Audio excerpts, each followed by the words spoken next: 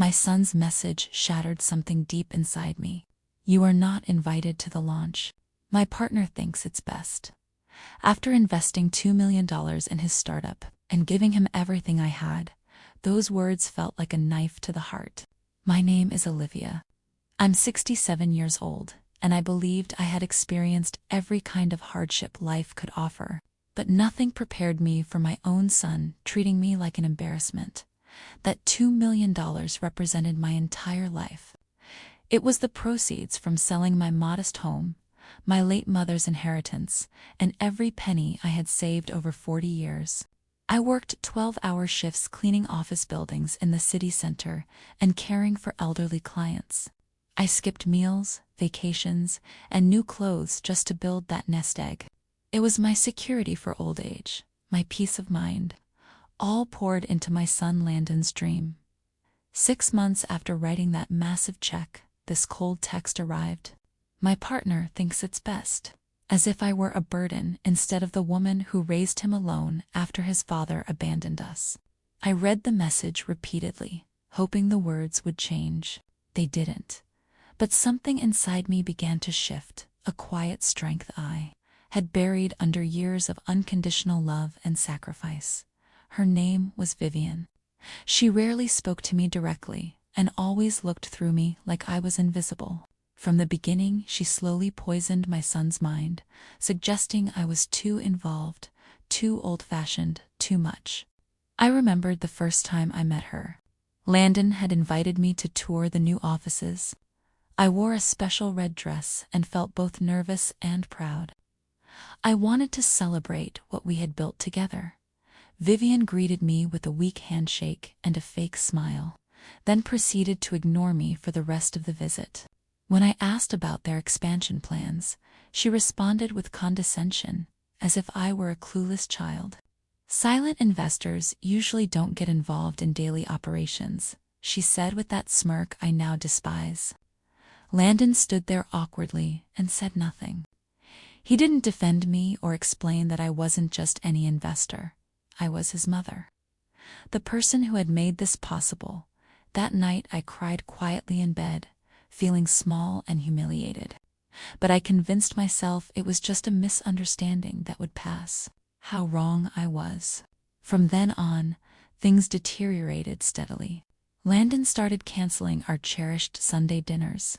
"Sorry, Mom, important meeting," he'd say, while I could hear Vivian's voice in the background, directing him. His daily calls became infrequent. He stopped sharing details about the company. When I asked how things were going, his answers grew short and distant. "Vivian says it's better to keep professional boundaries," he explained once. Professional boundaries with his own mother. Yet I kept hoping. I believed that once the company succeeded, he would remember who stood by him when no one else did. Now, staring at that devastating message, all those memories crashed over me like a wave. I sat on the old sofa in my tiny apartment, the same one where Landon used to fall asleep as a boy, and let the tears flow. Freely, I closed my eyes and traveled back to the early days, when it was just the two of us against the world.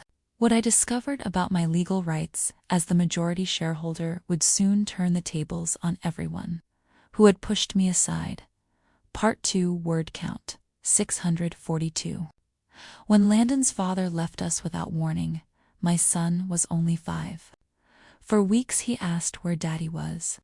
I had no answers. I worked nights cleaning offices after caring for elderly clients all day.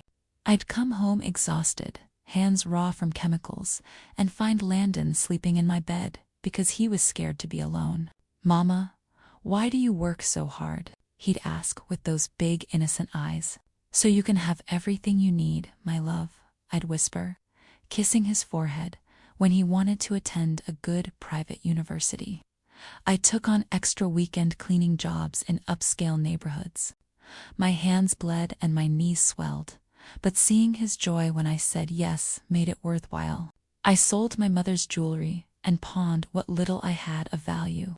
For 5 years I paid those expensive tuition bills. At his graduation, he hugged me tightly and whispered, "Thank you, Mama." This is all because of you. I'll never forget it." Those words now felt like a cruel joke. After graduation, the job market was tough. I continued supporting him, paying rent, covering expenses, and helping with specialization courses. When he came to me with his big tech idea, his eyes shining with passion, I didn't hesitate. "How much do you need?" I asked. $2 million. It would mean selling my house and using every last bit of my savings. But I believed in him. He hugged me, spinning me around like when he was little. "You're the best mother in the world. I promise I'll pay you back with interest." I'll never forget this. I sold my home, moved into this small apartment, and transferred the money. The first few months were wonderful. Landon called daily, sent photos of the new office, and made me feel part of the dream. "This is our company, Mama," he'd say proudly. Then Vivian entered the picture. At first he described her as just a marketing specialist. Soon she dominated every conversation. The visits to the office became uncomfortable. Once I tried surprising them with lunch. The receptionist looked nervous. Vivian came out and politely but firmly told me Landon was in important meetings and I should schedule visits in advance. I stood there holding a bag of his favorite treats, feeling like an intruder in the company I had funded. Landon later scolded me gently about respecting their schedule. The distance grew. I learned about milestones through social media instead of from my son.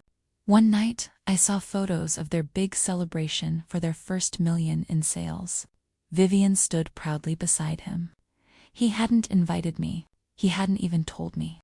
When I gently brought it up, he said, "You're the investor, Mama. It's different. Investor, not mother." That word stung deeply. The day I finally reviewed the investment documents and realized my true power would mark the beginning of a dramatic change. Part 3 word count, 655. The silence from Landon stretched on for weeks. No calls, no replies. The company continued growing, but I had been erased from its story. In interviews, they spoke of struggling to find investors, never mentioning the mother who had sacrificed everything. I had become their anonymous investor. That pain pushed me to act. I called my old friend at the bank who had handled the transfer. We reviewed every document carefully. To my surprise, I was the majority shareholder with 60% ownership. The contract gave me significant rights, including the ability to demand meetings, review decisions, and even withdraw my investment with notice. This changed everything.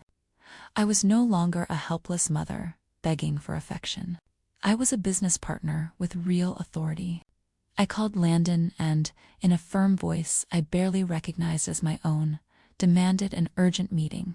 "This is not a request as your mother. This is notification as the majority shareholder."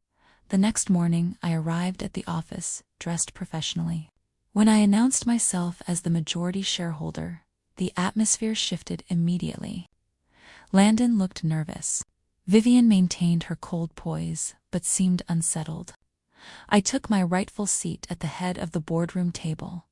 I laid out my demands clearly: inclusion in major decisions, correction of the public narrative about the company's founding, and regular detailed reports.